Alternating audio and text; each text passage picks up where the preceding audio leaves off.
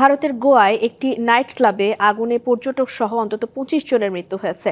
আহত হয়েছেন কমপক্ষে ৫০ জন। স্থানীয় সময় শনিবার মধ্যরাতে আরপোরা এলাকার নাইট ক্লাবটিতে আগুন লাগে। হতাহতের ঘটনায় শোক প্রকাশ করেছেন রাষ্ট্রপতি দ্রৌপদী মুর্মু এবং প্রধানমন্ত্রী নরেন্দ্র মোদী।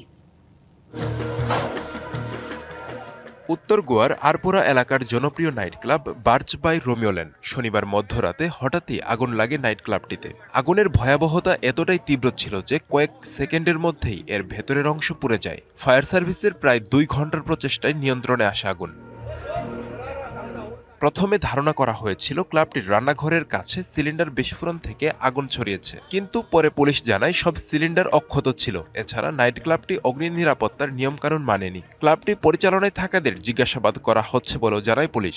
নতুন এবং ফিরে আসা গ্রাহকদের জন্য নগদে চলছে ক্যাশব্যাক সহ প্রতিদিন হাজারো উপহার জেতার সুযোগ। হবে আশা আর ফেরা, সারপ্রাইজ সেরা। इमीडिएटली पुलिस और फायर ब्रिगेड और एम्बुलेंस वगैरह सब ने रश किया उधर। আগুন লাগার খবর পেয়ে পুলিশ, দমকল বাহিনী ও অ্যাম্বুলেন্স দ্রুত ঘটনাস্থলে পৌঁছে যায়। আগুন এখন পুরোপুরি নিয়ন্ত্রণে। সব মৃতদেহ উদ্ধার করা হয়েছে।